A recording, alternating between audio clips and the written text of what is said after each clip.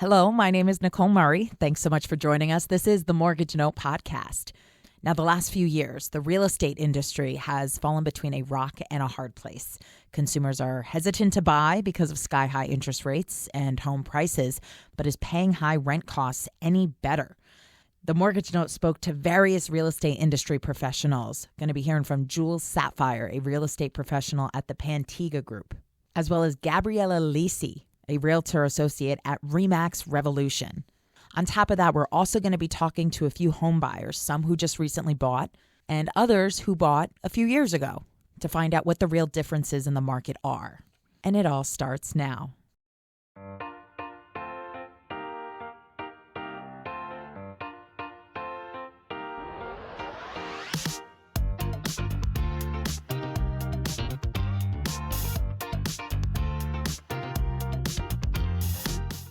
So, Jules, we're going to go to you first. Where do you stand on this? Do you think people should be waiting to buy, let those interest rates drop, or if one is ready, should they buy now? I would believe that it's best to go right at it right now. Don't waste time. If your need is now, your need is now. Okay, why? You buy now in a time when inventory is so tight, and then you refinance should the rates come down. Then you got yourself into a position where you don't have to worry about competing for inventory later on, let's say in the summer or next year, right? Where prices are going to continue to escalate because inventory is low. We'll keep it very simple, supply and demand. And that's not going to change anytime soon. Okay, now from Chelsea, a homeowner who has recently bought and sold this past year. I would say if you find the house of your dreams in the neighborhood you want to be in, to just do it because you can refinance and you'll gain equity. If you can afford it, even if it's tight for now, when you can refinance later, it won't be as tight. You also mentioned to me that in ways you've already seen some returns on your investment with the home you purchased, correct? I wouldn't say it's a fixer-upper, but there are so many things in this house that needed to be changed and updated. So with all those updates being done, that also improves the equity in our house. Okay, now bring in Tyler and Kevin into the mix, both first-time home buyers, but closed on their homes a few years apart. Guys, what are your thoughts? Do you agree? The first thing that comes to mind is you need to have an idea of how long you plan on staying there. Is it a home that you're going to be in for 5 to 10 years, or you're going to be there for 20 to 30 years? Like, we wanted to settle on a place that we could potentially, also have kids in and raise and be planted for a good amount of time. If you're looking for just like a starter home or like a home that you can only see yourself in for like 3 to 5 years, then I wouldn't buy. But if you're looking for like a forever home, like what we were, I would say just buy when you're ready and don't worry about the rate because you could eventually refinance. Gabriella, thoughts on buying in this market? If you absolutely love the home and you're ready to make that move, I say go for it because you would start building your equity now. So it was a great time to buy. So there is no wrong time to purchase, so. Can you explain to me that thought process, that there's no bad time to purchase? You're either going to have a high interest rate or you're going to pay a lot more for your home. What I'm seeing now are a lot of people love their rate, but they don't necessarily love their home, because they got what they could at the time and they're comfortable. But I think once the rates do go down, I think you'll see a little bit more inventory when people are ready to make that move. Let's say someone has the means to buy now, but is still on the fence. Any other determining factors they should keep in mind?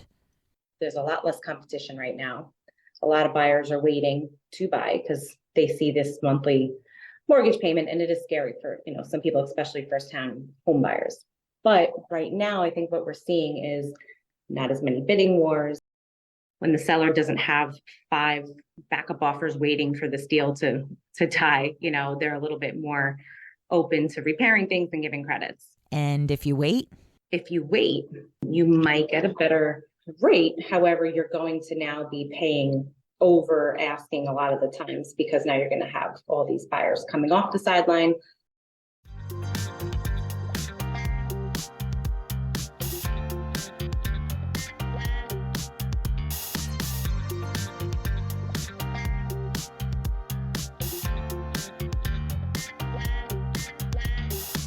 Should prospective buyers be worried about not getting a return on their investment? I would say there's very few instances, sure.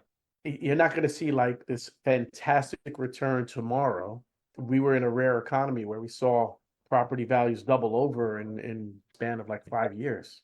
I could see something like 1 to 3% increases over the course of the next decade. That would be a lot more healthy, unless of course there's something outlandish occurs, and you can't predict that. Okay, so to my home buyers, are you happy you bought when you did? We're extremely happy. I mean, obviously, we would have wanted to get a house a couple of years ago, but we don't think we could have afforded the house that we have now at the time, even though the rates were lower. And the whole year afterwards, like I keep getting these updates from Zillow, like, oh, your housing value increased, your housing value increased. I'm so glad that we purchased when we did. Well, first, I was one of the first in my friend group to really start looking for a house. I was like maybe I think the second or third homeowner of a group of like maybe 10 to 12 guys.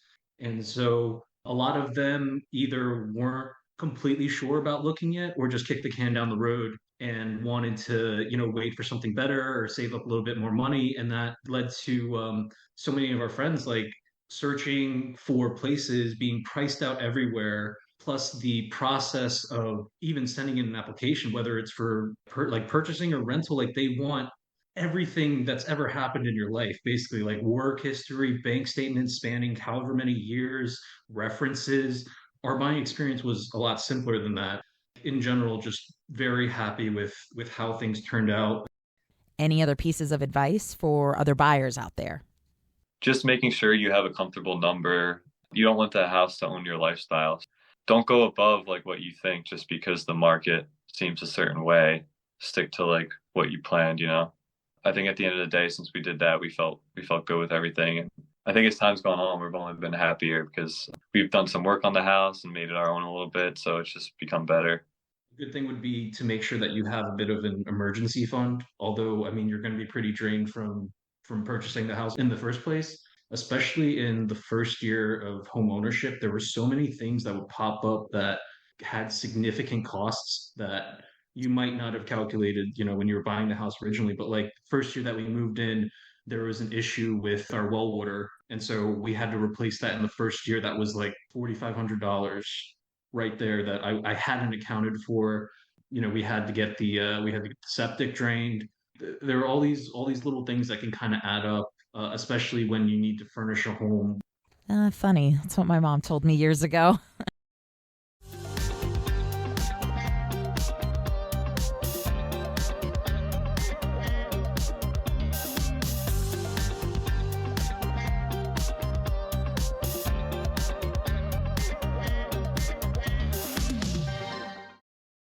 Once again, my name is Nicole Murray. You're listening to the Mortgage Note Podcast. We're going to pivot topics here. Thank you to all my homeowners who participated. But this next topic is for my real estate agents. Jules, Gabriella, many people are saying that 2024 is going to be dry, and it is all about marketing to survive to 2025. Tell me your thoughts. A lot of my colleagues and people in the industry in general have fallen off. They've completely left. And it's because it became challenging, especially if you're a new person and you haven't been able to build business. It's very challenging to do business in this environment, right? So just so you know, I've had a banner year. It's probably been the best I've had ever. My point is that I have chosen not to participate in doom and gloom, and I will not participate in the doom and gloom in 24. I will adjust. So will I still continue to advertise? Yes. Okay, Gabriella, what about you?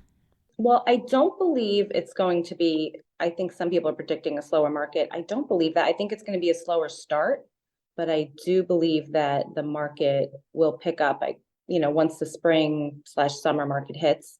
In the meantime, I mean, what I always do, certain things work for certain realtors, but I reach out to my sphere all the time, past clients, ask for business, ask for referrals, and see where they're at in their lives. Are they happy in the home that they have?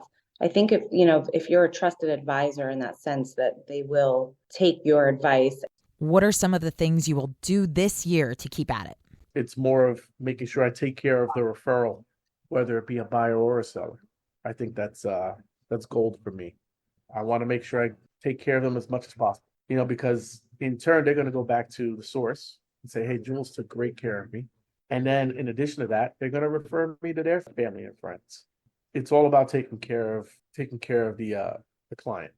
Also, I suggest, I've met a lot at our networking events. If you get to know realtors from other areas, you can build a referral network. That's been helpful too.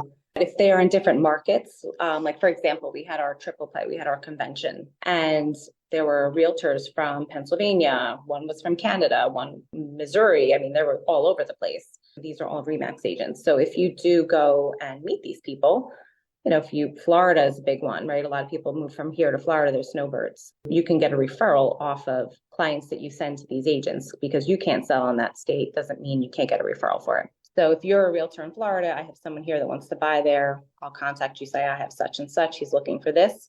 And then I get a referral out of it. And if someone, somebody from Florida has somebody for you that wants to look in New Jersey, then, I give them a referral and I have a sale that I wouldn't have had if I didn't know that agent. What about social media? Any plans there? I'll continue to hit IG.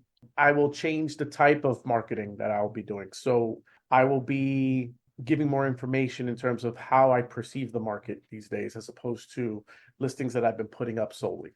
I will continue to do that stuff, but I will also educate on what I see is happening.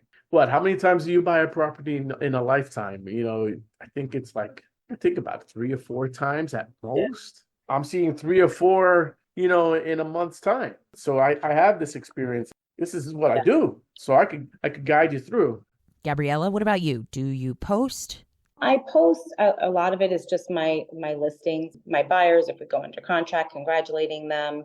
It's mostly Instagram, Facebook, but most of it, and honestly, it's some of my personal life and what I'm doing at the time. That seems to work a lot. If you ask some questions and engage your audience, put some stories up, asking questions and kind of get them involved. Why do you think having a social media presence is so important? I think people connect with you. Not selling yourself, but you're going to be working with these people very closely with very important investments, obviously. And I think when they connect with you, they know you more than just they're not as intimidated to speak with you about real estate.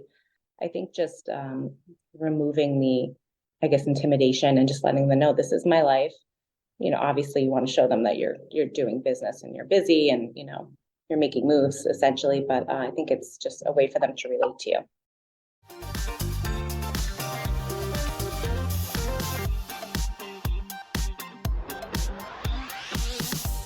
Thank you to all of my real estate agents and home buyers who participated.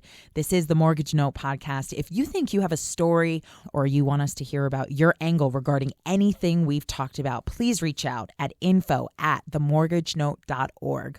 I'm Nicole Murray. Thanks for listening. Until next time.